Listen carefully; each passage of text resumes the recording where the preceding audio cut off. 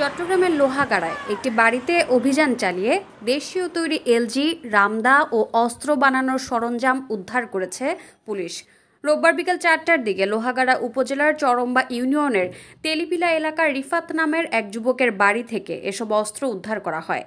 Police জানিয়েছে, গোপন সংবাদের ভিত্তিতে রিফাতের বাড়িতে অভিযান চালায় পুলিশ। এ সময় তার ঘরের বিছানার নিচ থেকে একটি দেশীয় তৈরি এলজি, একটি ধারালো রামদা এবং অস্ত্র বানানোর সরঞ্জাম উদ্ধার করা হয়। লোহাগাড়া থানার ভারপ্রাপ্ত কর্মকর্তা মোহাম্মদ রাশেদুল ইসলাম জানান, রিফাত নামের এক যুবক দীর্ঘদিন ধরে এলাকার ত্রাস সৃষ্টি করে আসছে।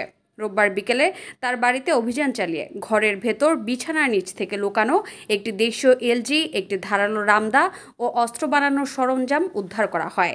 তিনি আরও জানান, রিফাত ও তার সঙ্গে থাকা কয়েকজন সুকৌশলে পালিয়ে যায়। রিফাতের বিরুদ্ধে অস্ত্র, মাদক, হত্যা চেষ্টা, বিস্ফোরক আইন ও মারামারি সহ ৫টির বেশি মামলা রয়েছে। এ ব্যাপারে অস্ত্র আইনে মামলার প্রক্রিয়া চলছে। আপনারা দেখছেন ওয়েব নিউজ, বিশ্বজুড়ে বাঙালি আমেজি।